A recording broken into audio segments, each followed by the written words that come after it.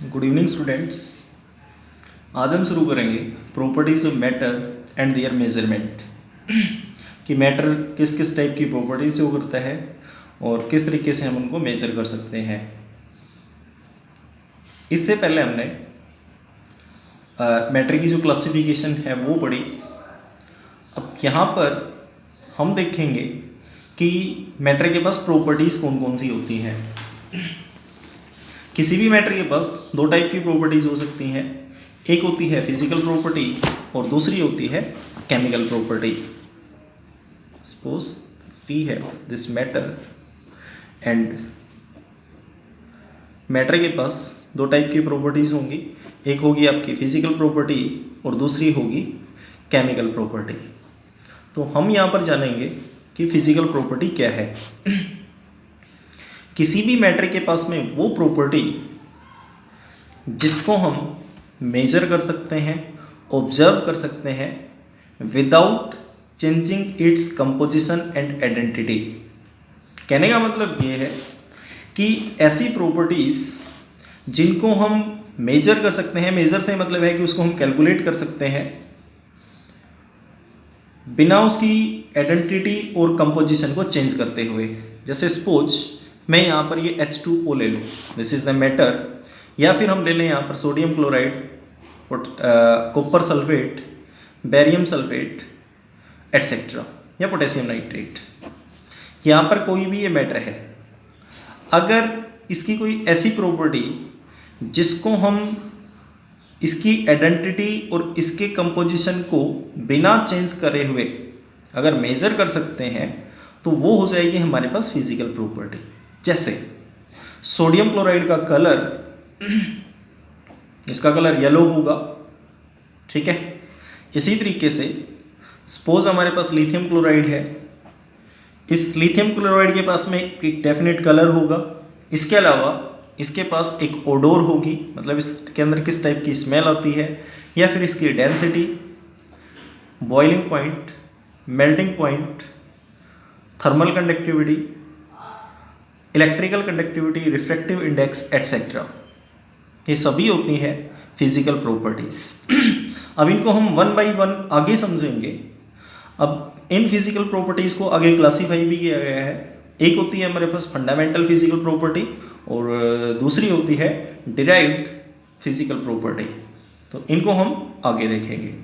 तो कहने का मतलब ये है कि ऐसी प्रॉपर्टी जिसको मेजर किया जा सकता है without changing the composition and identity of the matter, that kind of property is known as physical property. After that we have chemical properties. किसी भी मैटर के पास में ऐसी प्रॉपर्टी जो केमिकल रिएक्शंस के थ्रू चेंज हो जाए उसको बोलते हैं हम chemical property. Chemical properties are those in which a chemical change in the substance takes place. कहने का मतलब यह है कि केमिकल रिएक्शन ही केमिकल प्रॉपर्टी है। ओके, जैसे इस सोडियम क्लोराइड को हम H2O के साथ में रिएक्ट करवाएं तो इधर कोई प्रोडक्ट बनेगा। प्रोडक्ट तब बनेगा जब इन दोनों के अंदर किसी टाइप का चेंज आएगा। इधर हमारे पास होता है रिएक्टेंट और यहाँ पे होंगे प्रोडक्ट्स, और इस एरो के ऊपर हम दिखाते हैं कंडीशंस। तो कहने का मतलब ये है कि ऐसी chemical property in which chemical change in the substance takes place, जो केमिकल चेंज आएगा उसी को हम बोलेंगे केमिकल प्रॉपर्टी। जैसे एसिडिटी है, बेसिसिटी है, इसके अलावा केमिकल रिएक्शंस के कारण चेंज भी आते हैं। अब हम किसको एक केमिकल रिएक्शन बोलेंगे वो आगे हम समझेंगे कि what is the meaning of a chemical reaction. अब यहाँ पर हम डिटेल में समझने की कोशिश करेंगे फिजिकल प्रॉपर्टी को और उसको हम किस तरीके से एक्सप्रेस करते हैं। जैसे यहाँ पर ये एग्जांपल्स दिए हुए हैं, mass, length, volume, temperature, pressure, density etcetera are quantitative in nature and these are physical properties. ठीक है, mass, length, volume, temperature, pressure, density, refractive index, thermal conductivity, ये सब मैंने आपको बताया। इसके अलावा एसिडिटी, बेसिसिटी, कंबस्टिबिलिटी, ये हैं केमिकल प्रॉपर्टीज। अब यहाँ पर कुछ फंडामेंटल प्रॉपर्टीज हैं, जैसे एक होता है हमारे पास मास, दूसरा वॉल्यूम, तीसरा होगा सेकंड, और चौथा होता है kelvin. These are the force, there are three more physical properties which are fundamental in nature. तो यहाँ पर सबसे पहले हम समझेंगे कि what is the meaning of matter, और उस मैटर के अंदर जो मास है वो क्या होता है। मैटर के बारे में हम पहले समझ चुके हैं, तो यहाँ पर हम मास जानते हैं कि मास का मतलब क्या है। Suppose I have this candle, ठीक है। अब इस कैंडल के अंदर एटम्स हैं, ओके। इन एटम्स के पास में एक डेफिनेट एटॉमिक वेट होता है, और इसके अलावा एक एटॉमिक मास भी बोलते हैं इसको हम, बट मास और वेट में डिफरेंस होगा। मास का मतलब होता है किसी भी सब्सटेंस के अंदर जो एक्चुअल अमाउंट ऑफ मैटर है, दैट इज द मास। कहने का मतलब ये होगा कि इस कैंडल के अंदर जो एक्चुअल में एटम्स हैं, और उन एटम्स का जो मास होगा without the gravitational force, that is the mass. जैसे हम वेट नापते हैं हर चीज़ का, कि इसका वजन कितना होगा। अब वजन होता है जब किसी मास के ऊपर ग्रेविटेशनल फोर्स और लग जाए, तब उसको हम बोल देते हैं वेट। और जो एक्चुअल अमाउंट ऑफ मैटर होगी दैट इज द मास, ठीक है। तो ये होता है हमारे पास मास, और मास को दिखाने के लिए कुछ यूनिट्स हैं जो आगे आएंगी, जैसे किलोग्राम आएगा। यहाँ पर हम देखते हैं one of the commonest procedure carried out by A chemist is the measurement of mass. This is very important because it tells the quantity of matter. Next one is the volume which explains about the size of the object. अब volume से क्या मतलब है?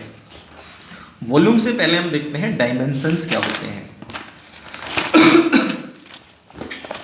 देखिए, पहला होता है 1 dimension, 2 dimension and 3 dimension, okay. तो यहां पर एक डायमेंशन है हमारे पास लेंथ, ठीक है, ये हमारे पास लेंथ आ गई।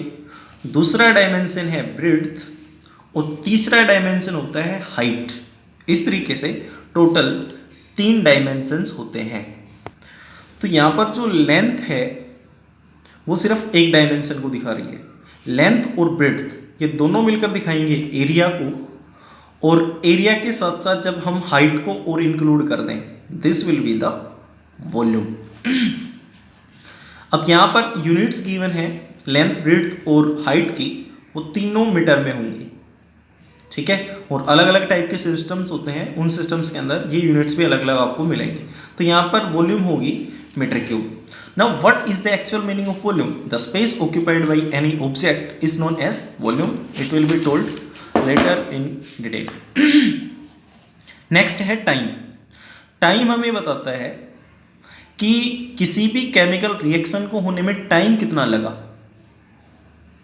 ठीक है, कितना उसके अंदर टोटल टाइम यूज हुआ, that is explained by the time. Temperature, temperature बताता है किसी भी बॉडी की हॉटनेस और कोल्डनेस, ठीक है, ये हम आगे डिटेल में देखेंगे। अब उसके बाद में है कि किसी भी फिजिकल क्वांटिटी को एक्सप्रेस कैसे किया जाता है। एक्सप्रेसिंग है फिजिकल क्वांटिटी। देखिए, किसी भी फिजिकल क्वांटिटी को एक्सप्रेस करने के लिए हमारे पास 2 चीज़ें होनी चाहिए। एक तो होना चाहिए डिजिट, और दूसरी होनी चाहिए यूनिट। जब तक ये दोनों चीज़ें नहीं होंगी तब तक हम किसी भी फिजिकल क्वांटिटी या फिर जो फिजिकल प्रॉपर्टी है उसको एक्सप्रेस नहीं कर सकते। फॉर एग्जांपल, हमारे पास ये 20 है, ठीक है। इस 20 से क्या आप कुछ बता सकते हो? या फिर सपोज मैं अकेला यहाँ पर किलोग्राम ले लूँ। अब ये हम जानते हैं कि फिजिकल क्वांटिटी के लिए डिजिट होनी चाहिए और यूनिट होनी चाहिए, बट इंडिविजुअली डिजिट और यूनिट अलग अलग कुछ नहीं बता सकते। They do not express anything, but when both digit and unit are combined then they express something और फिजिकल क्वांटिटी। जैसे सपोज मैं यहाँ पर 20 किलोग्राम या फिर 20 ग्राम लिखूँ, तब यहाँ पर कुछ एक्सप्रेस होता है कि यहाँ पर कुछ बताया जा रहा है। जब तक मैं यहाँ पर अकेला 20 या फिर किलोग्राम लिखूँगा तो हम कुछ नहीं बता सकते कि किसके बारे में क्या कुछ बताया जा रहा है। ठीक है, तो कहने का मतलब ये है, to express any physical property और physical quantity we should have two things, digit which can be called numerical value and unit. यहाँ पर एग्जाम्पल गिवन है, for example we may express correctly the weight of a books. अगर हमें किसी books का wait बताना है तो हम जो न्यूमेरिकल वैल्यू है उसको लिखें और उसके साथ साथ उसकी जो यूनिट है उसको लिखा जाए। जब तक ये दोनों चीज़ें नहीं लिखी जाएंगी तब तक हम कुछ नहीं बता सकते। द सिंपल न्यूमेरिकल फिगर 5700 और 5.7 does not convey any meaningful information. मतलब ये जो वैल्यू है न्यूमेरिकल वैल्यू अकेली ये किसी टाइप का मीनिंगफुल इंफॉर्मेशन नहीं देगी। Thus it is essential to include units with very experimental value। तो इसलिए ज़रूरी है कि उसके साथ यूनिट्स भी दी जाएं। अब यहाँ पर इन यूनिट्स को आगे क्लासीफाई किया गया है, some are the basic units and some are fundamental units. तो यहाँ पर हम समझेंगे कि बेसिक यूनिट का मतलब क्या होता है या फिर इसको हम बोल सकते हैं फंडामेंटल यूनिट। ऐसी यूनिट जिसको हम किसी दूसरी फिजिकल क्वांटिटी की यूनिट से नहीं निकाल सकते हैं, that kind of unit is known as basic और फंडामेंटल यूनिट। दूसरे वर्ड्स में अगर हम इसको बोलें, ऐसी यूनिट जो एकदम इंडिपेंडेंट हो और किसी दूसरी यूनिट से हम डिराइव नहीं कर सकते हैं, that is the fundamental unit. Since these are independent units and cannot be derived from any other unit, these are also called as fundamental units। अब यहाँ पर हमारे पास टोटल 7 फंडामेंटल यूनिट्स होंगी जो अलग अलग फिजिकल क्वांटिटीज के लिए होंगी। ये हैं, लेंथ के लिए होगी मीटर, मास के लिए होगी किलोग्राम, टाइम के लिए केल्विन, टेम्परेचर के लिए होगी टाइम के लिए सेकंड होगी, थर्मोडायनेमिक टेम्परेचर के लिए केल्विन, इलेक्ट्रिक करंट के लिए एम्पियर, ल्यूमिनस इंटेंसिटी के लिए कैंडेला और अमाउंट ऑफ सब्सटेंस के लिए होगी मोल। अब ये जो यूनिट्स हैं इनके अलग अलग सिस्टम्स आए, जैसे CGS सिस्टम है, SI सिस्टम ऑफ यूनिट्स है। तो इनके अंदर जो फंडामेंटल क्वांटिटीज़ हैं इनके लिए यूनिट्स के अंदर थोड़ा बहुत डिफरेंस है। किसी ने यूनिट किलोग्राम रख दी मास के लिए तो किसी ने ग्राम रख दी। तो यहाँ पर हमारे पास एक सिस्टम है मीट्रिक सिस्टम ऑफ यूनिट, जिसके अंदर मास के लिए यूनिट थी ग्राम, लेंथ के लिए मीटर और वॉल्यूम के लिए थी लीटर।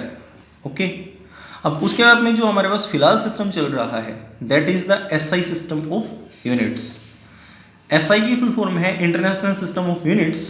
तो यहाँ पर लिखा हुआ है, in recent year the scientist have generally agreed to use the international system of units abbreviated as SI units. मतलब इस SI यूनिट को अगर इंटरनेशनल सिस्टम ऑफ यूनिट को अगर हम एब्रीवेट करें तो वो बनेगा हमारे पास SI। तो यहाँ पर हमारे पास टोटल 7 बेस यूनिट्स हैं। ये 7 बेस यूनिट्स आपको याद होनी चाहिए और इसके साथ साथ इनके जो सिंबल्स हैं वो आपको पता होना चाहिए, क्योंकि पूरी केमिस्ट्री के अंदर ये यूनिट्स बार बार रिपीट होंगी। जैसे ये लेंथ के लिए L, इसकी जो यूनिट होगी वो मीटर, इसको हम रिप्रेजेंट करेंगे स्मॉल m में।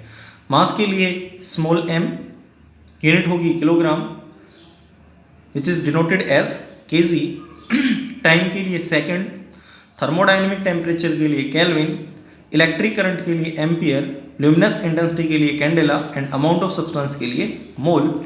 ये आगे बार बार रिपीट होंगी तो प्लीज़ इनको याद कीजिए। अब यहाँ पर इनके अंदर कुछ कन्वर्जन्स भी आते हैं, जैसे केल्विन टेम्परेचर की एक ऐसा यूनिट है, बट इसके अलावा टेम्परेचर की कुछ और यूनिट्स भी होती हैं, जैसे सेल्सियस है, फ़ारेनहाइट है, एटसेट्रा। उसके बाद में है लेंथ। लेंथ के लिए हम बहुत सारी यूनिट्स लेते हैं, नैनो, माइक्रो, सेंटीमीटर एटसेट्रा, ये आगे पूरी डिटेल में आएंगी, वहाँ पर हम देखेंगे। जैसे यहाँ पर एग्जांपल दे रखा है कि केल्विन टेम्परेचर को हम किस तरीके से, या फिर डिग्री सेल्सियस को केल्विन में कैसे बदलें, केल्विन को डिग्री सेल्सियस में हम कैसे बदलें। सपोज हमारे पास डिग्री सेल्सियस में टेम्परेचर है, जैसे हमारी बॉडी का अगर डिग्री सेल्सियस में हम टेम्परेचर लें, that is the 37 degree Celsius. अगर इस 37 डिग्री सेल्सियस को हमें केल्विन में कन्वर्ट करना है, तो डिग्री सेल्सियस प्लस जो कि 37 था प्लस 273.15 इतना अगर हम जोड़ेंगे तो हमारी बॉडी का जो केल्विन है टेम्परेचर उसमें आ जाएगा। सेम इसी तरीके से एंगस्ट्रोम है, 1 angstrom is equal to 10⁻⁻10 metre, nanometre 10⁻⁹, micro is equal to 10⁻�6, pico is equal to 10⁻20, femto is equal to 10⁻15 metre etcetera. तो ये हम आगे डिटेल में पढ़ेंगे। Thank you.